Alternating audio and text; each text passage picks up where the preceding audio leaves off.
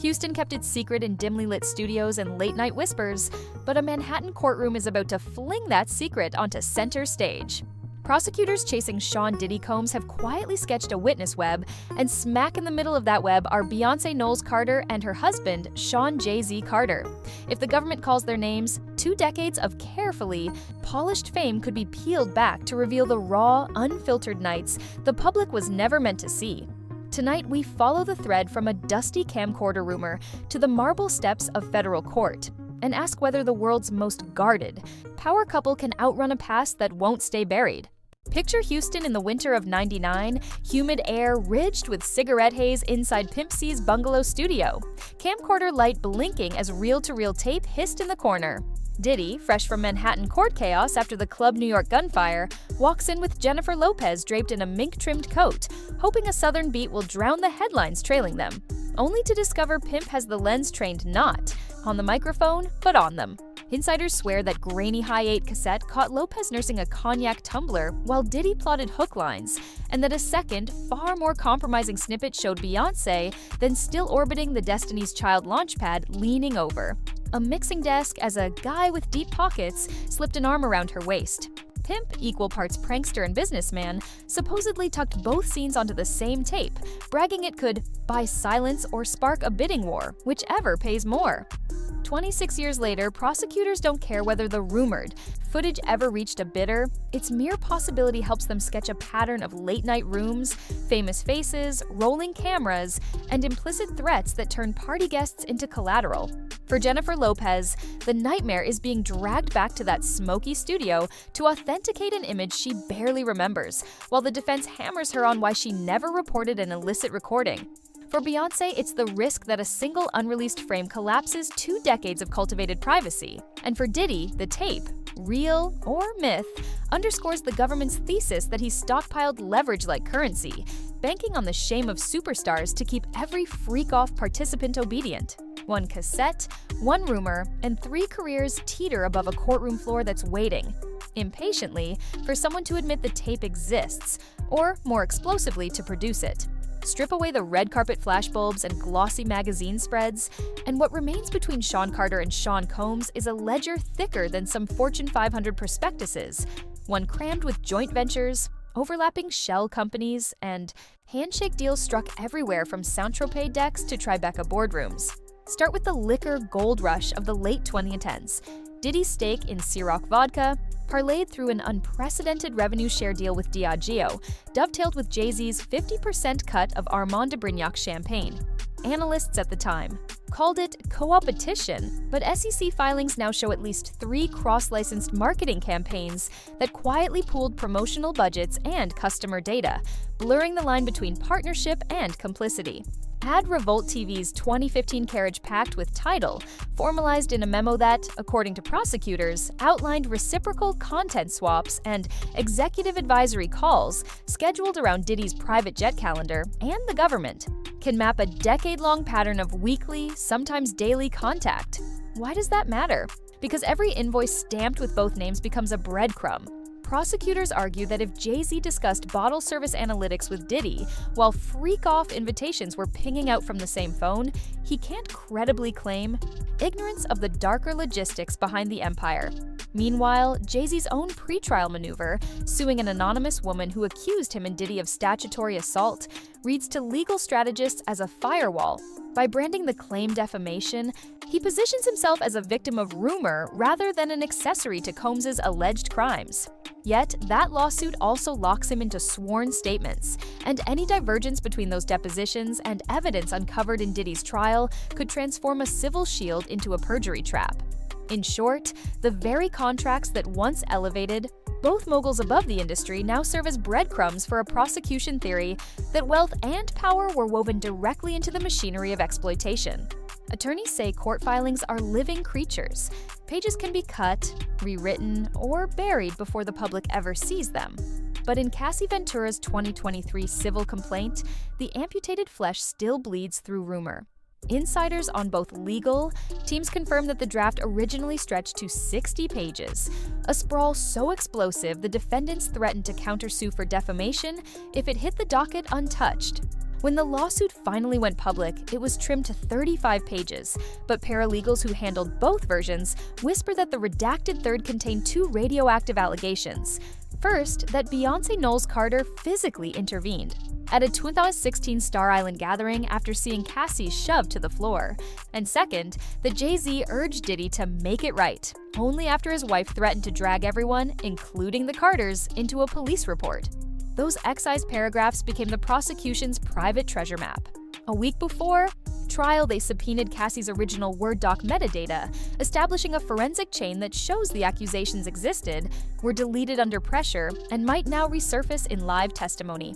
And they already have traction. On day 5 of the criminal proceedings, Cassie told jurors she would give back every cent of the settlement if it meant stopping Diddy's pattern, then wept, describing freak-off rooms where blackmail footage was recorded on hidden cameras, details that neatly echo the Beyoncé incident, even though her name remains unspoken in open court.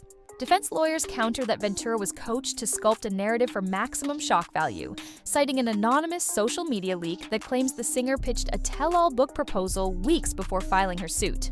Yet the absence of Beyoncé from the public complaint hurts more than it helps them. Prosecutors brand the deletion a cover-up orchestrated by music industry power brokers, and they now threaten to introduce the missing text as impeachment evidence if Cassie's credibility is attacked.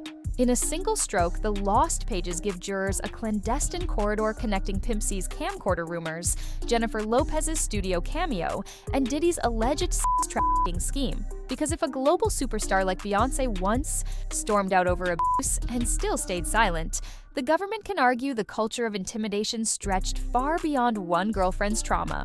Meanwhile, Beyoncé's lawyers hover in the hallway, ready to file an emergency motion the moment her name is spoken, knowing that the instant those redacted sentences are read into the record, the Carters' fortress of controlled narrative becomes a cross-examination minefield, and the jury's curiosity spikes into a frenzy no handler can finesse. When journeyman neo-soul singer Jaguar Wright strode onto Piers Morgan Uncensored last October, the segment was booked as harmless commentary on Diddy's looming indictment. Yet within 8 breathless minutes, it mutated into live-wire testimony that fused conspiracy, trafficking, and the Carters into one combustible monologue. Wright told Morgan that Diddy, Jay-Z, and Beyoncé were monsters who used private jets like mobile cages, shuttling unconscious victims across borders, and then silencing them with cash or threats. The claims were so specific: flight numbers, island airstrips, a discarded burner phone she said once pinged near Epstein's Little St. James, that producers froze, and Morgan, sensing libel grenades landing in real time, cut to commercial. Within 48 hours, attorneys Alex Spiro and Quinn Emanuel Blitz emailed formal demands for retraction. Morgan capitulated on air, scrubbing the archive and apologizing for platforming totally false allegations. But the mea culpa only amplified the clip on TikTok, where amateur sleuths looped Wright's words over headline montages of Diddy's arrest and Cassie's lawsuit. Prosecutors now cite the saga as proof that stories of coercion and clandestine travel have already seeped into public consciousness, soil from which jurors grow their private biases, while defense counsel argues the viral rumor mill confirms. Their worst fear? A trial decided by clickbait, not evidence. Either way, Wright's tirade functions like a dormant landmine beneath the courtroom floor. If the government introduces even a sliver of corroboration, a tail number log, a sealed customs alert, her once ridiculed narrative flips from fringe rant to corroborative backdrop, and the jury will wonder what else Morgan pulled off air, under legal duress. And just beyond that fuse sits another rumor even harder to hose down, one written not on talk show Chiron, but in a West Hollywood coroner's ledger. The story prosecutors are preparing cuts straight past hip-hop lore and into motive. Pimp C had no patience for coastal power plays, and his open contempt for Jay-Z crystallized in 2 flashpoints that now serve the government's narrative of intimidation. First came the $1 million big pimpin' enticement. Greg Taylor recalls dialing Pimp to celebrate the offer, only to hear him sneer that the check should go to Tupac's mama because he didn't trust Jay-Z's camp. Not to steal all my shit. That distrust hardened when Pimp publicly slammed the Timbaland beat, skipped the video shoot, and later griped about publishing shenanigans while Jay faced separate litigation over the track's Egyptian sample, a clash that lawyers frame as a blueprint for how the Carter empire handles dissent. goodbye, sue, or bury it. The second flashpoint arrived inside Beyoncé's Check On It set, where Bun B recounts security clearing every man, especially Pimp, from the room after Jay learned just how friendly the banter had grown. Witnesses now describe that broom out as Jay's reflexive move to shield a private relationship and, by extension, potential leverage material if footage ever leaked. Fast forward 8 months to December 2007. Pimp is discovered knelt by his West Hollywood hotel bed, blood spattered near the headboard, candles burned to stubs. A Tableau DJ Paul still swears, looked like he was praying but hit in the head. Details that clash with the official ruling of lean-induced respiratory failure. Prosecutors can't claim homicide without evidence, yet they brand the puzzling scene a cautionary tale. An artist who mocked the wrong mogul ends up silenced, and the file closes overnight. In trial strategy memos, that caution reverberates, because if jurors believe one superstar's anger once coincided with an untimely death, they may instinctively weigh today's blackmail allegations against Diddy less as tabloid excess and more as a proven method of preserving an empire. The defense will cry coincidence. The government needs only to suggest a pattern, and Pimp C's unfinished rebuttal plays like an echo that refuses to fade. Imagine a beachfront mansion where every hallway camera is disabled, every guest phone is surrendered at the door, and every second-floor bedroom has its own discreet stack of fresh towels, condoms, MDMA tablets, and a former assistant, George Kaplan, is to be believed industrial-sized bottles of baby oil lined up like hotel shampoo. Kaplan told jurors he spent the better part of 2013-2015 ferrying those supplies between Diddy's Miami compound and five-star hotels, then scrubbing the rooms afterward and hauling trash bags of half-empty liquor bottles and used paraphernalia to unmarked dumpsters miles away. He even produced Venmo receipts showing late-night payments to South Beach dealers for pills stamped with Barack Obama's face, a signature that prosecutors say appears again in the FBI's post-raid inventory.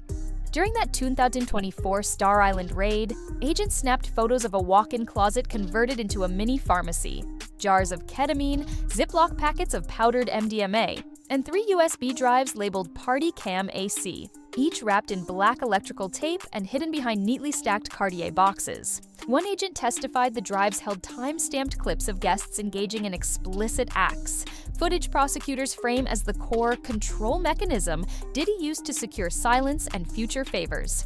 Cassie's live testimony dovetails with the hardware. She described being ordered upstairs while a new arrival, a pop star whose name the lawyers tell me not to say, was escorted through a side entrance, then returning to find a GoPro, blinking above the headboard. She also recalled Diddy threatening to ruin careers by leaking bedroom reels if anyone talked, a warning that resonates with Kaplan's account of watching Combs cue up clips of Jennifer Lopez dancing for the camera in Pimp C's Houston studio years earlier and musing, "People forget I still got the classics." Defense counsel insists these were consenting adult parties, pointing to guest lists that included Grammy winners, film producers, and at least 2 Fortune 500 heirs. But prosecutors counter that consent is meaningless when the host controls the cameras, the exit doors, and the potential blackmail archive. That argument crystallized on day 7 when a federal tech examiner decrypted one of the seized drives and played a muted 14-second loop, faces blurred for the jury, showing an unconscious woman carried into a bedroom while 2 men laughed off-screen. The clip was short, but the silence in the courtroom stretched long enough to plant a single devastating question in every juror's mind. If this is what the government chose to reveal, what horrors are still locked behind the other 2 drives? Federal cases rarely hinge on a single smoking gun anymore. They rely on millions of data crumbs scraped from phones, laptops, cloud backups, even smartwatch sync folders. Exactly why agents stormed Combs' Miami and Manhattan properties last fall and carted off nearly 100 devices, from gold-plated iPhones to raid towers labeled Studio a Vault. Forensics teams cloned every byte, and according to a recent status memo, are stitching timestamps into a master timeline that already logs 2.3 billion messages and file edits stretching back 16 years. Each link in that chain becomes a legal tripwire. If prosecutors find a 2015 iMessage where Jay-Z reassures Diddy Jay got J-Lo on board, relax, they can subpoena both Carter's and Jennifer Lopez to authenticate context. Defense strategists tried preempting that nightmare by circulating a 190-name witness list during jury selection: Beyoncé, Lopez, Kanye West, even Michael B. Jordan. gambling that sheer celebrity overload would dull juror curiosity. Instead, it backfired. The press splashed every A-lister across front pages, and former prosecutors now predict subpoena roulette, in which each reluctant witness is dragged just long enough to confirm a date, a location tag, or an encrypted video transfer before pleading the fifth. Lopez's team is already bracing. Leaks from closed-door hearings suggest she may be queried not only about that 1999 nightclub shooting, but also about a recently discovered Dropbox folder titled Club NY Raw that synced from Diddy's MacBook days after the raid. Meanwhile, Jay-Z's attorneys are fighting a prosecution request for two-factor authentication logs stored on Apple's servers, logs that could reveal if his phone unlocked any of Diddy's seized devices during joint vacations, thereby turning a friendship into a conspiracy. And because asset forfeiture specialists are hunting for hidden royalties and shell company stock, every newly unlocked email thread risks unmasking bank routes that tie the Carters' champagne empire to Combs' allegedly coerced party circuit. True power of the dragnet isn't any single revelation. It's the cascading pressure it exerts. One decrypted group chat, one celebrity deposition, one contradictory statement, and suddenly prosecutors can leverage perjury threats to flip a reluctant insider. That domino math terrifies defense lawyers. If Lopez folds to protect her brand, she corroborates Cassie. If Jay-Z invokes the fifth, jurors infer guilt by association. If Beyoncé testifies and emails disagree with her timeline, the government scores a perjury win that rebrands pop royalty as accomplice. Each choice feeds the next subpoena, the next news cycle, and the next lurch in jury perception, proving the prosecution's quiet thesis. Long after velvet rope nights fade, the digital footprint never forgets. And in this courtroom, one orphaned emoji could redraw the map of modern music power. Beyoncé built her empire on absolute narrative control, every public moment choreographed, every product drop-timed like an Apple keynote. But the subpoenas circling Diddy's trial are shredding that firewall faster than any Stan Army can #defend. 3 weeks into testimony, reports of dwindling demand for her upcoming Cowboy Carter tour started leaking from ticket exchange dashboards. Seats in traditionally sold-out markets like Atlanta and Chicago have dropped below $20. Cheaper, fans joke, than a McDonald's novelty meal. A discount even Live Nation privately blames on headline contamination from the Diddy court feed. The optics worsen each time a new clip surfaces online, like last week's viral YouTube breakdown alleging Beyoncé and Jay-Z are leaving the country before prosecutors revealed damning party tapes, a rumor her team dismissed, yet still saw echoed across morning talk radio segments. Brand safety desks at LVMH and Pepsi have reacted with reflexive caution, pausing exploratory campaigns until legal clarity returns, while insiders at Live Nation say a contingency memo now outlines how to reschedule the entire tour if trial subpoenas demand Beyoncé's appearance mid-summer. The domino effect ripples outward. Equity analysts tracking Jay-Z's Armand de Brignac champagne note that any court-mandated disclosure of private financials, especially those overlapping with Diddy's cross-licensed marketing ventures, could trigger key man clauses in distribution contracts, imperiling a 9-figure revenue stream just as luxury spirits face post-pandemic softness. Meanwhile, Jennifer Lopez, fresh off a Netflix rom-com blitz, has watched Coach and Duncan quietly strip her image from spring social ads since speculation erupted that she'll be called to testify about the 1999 Club New York shooting and, worse, a newly resurfaced Houston studio tape. Even Hollywood feels the tremor. Producer financiers behind Lopez's Atlas sequel inserted a morals clause rider allowing funding to freeze if her testimony materially associates her with coercion-related misconduct. None of this requires a guilty verdict. In the risk-averse corridors of Fashion Avenue and Wall Street, the mere possibility of a headline linking marquee talent to criminal evidence is enough to stall board votes, spike insurance premiums, and reroute sponsorship. Dollars to less volatile influencers. Against that backdrop, Jay-Z's refusal, so far, to hand over two-factor log files has spooked NFL owners who once championed his Roc Nation social justice partnership. One executive text leaked to Axios frets that a perjury indictment would nuke the Super Bowl halftime business for a decade. Pop culture history is littered with stars who rebounded from scandal, but seldom has a single criminal case placed so many billion-dollar brands in a shared blast radius. If Beyoncé sails through testimony unscathed, she may convert crisis. into a triumphal narrative of resilience. If a single decrypted email contradicts her sworn timeline, the flawless icon risks joining Diddy in a reputational freefall that no sold-out tour or nostalgia-powered streaming bump can fully arrest. A single courtroom has become the fault line where 3 decades of celebrity mythos grind against the unforgiving geology of federal evidence, and every name we once accepted as untouchable now trembles at the prospect of sworn testimony. From Pimp C's vanished Houston cassette to the decrypted Miami party cam drives, the government's mosaic paints a systematic use of cameras, private jets, and NDA-padded soirees to buy silence, even from megastars who thought proximity equaled immunity. Jennifer Lopez faces questions about why her 1999 Club New York nightmare and that late-night studio visit never triggered a whistleblower moment. Beyoncé confronts the possibility that a single blurred frame or excised lawsuit paragraph could rupture 2 decades of flawless brand management. And Jay-Z, master architect of corporate hip-hop, discovers that one stubborn iCloud backup might recast him from mogul to material witness. Meanwhile, Diddy's own defense hinges on persuading jurors that every bedroom reel was consensual, every hush payment normal business, and every overlapping investment with the Carters mere coincidence. Yet each encrypted text that surfaces, each Venmo receipt Kaplan once filed at 3 a.m., undercuts that thesis by inches. The trial's true drama, then, isn't whether Shawn Combs alone is punished. It's whether the entire celebrity economy built on curated mystique can survive a justice system that archives everything and forgives nothing. If a jury decides those hidden videos weren't party favors but power tools, the verdict will ricochet far beyond one man's freedom, detonating brand contracts, tour schedules, and perhaps the very idea that fame offers a permanent shield. And when the gavel finally falls, the question echoing through boardrooms and recording booths alike will be brutally simple. In an age where the cloud remembers every secret, who dares believe their own past is truly off camera? If this trial has shown us anything, it's that no secret stays buried forever, and no name, no matter how powerful, is immune to exposure. So now we want to hear from you. Do you think Beyoncé and Jay-Z will be forced to testify? Is Jennifer Lopez just a name caught in the crossfire? Or does she know more than she's letting on? Drop your thoughts in the comments below, because this isn't just a court case anymore, it's a cultural reckoning.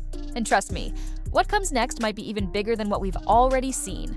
So make sure to like, subscribe, and turn on notifications, because the next bombshell might drop tomorrow. Stay tuned.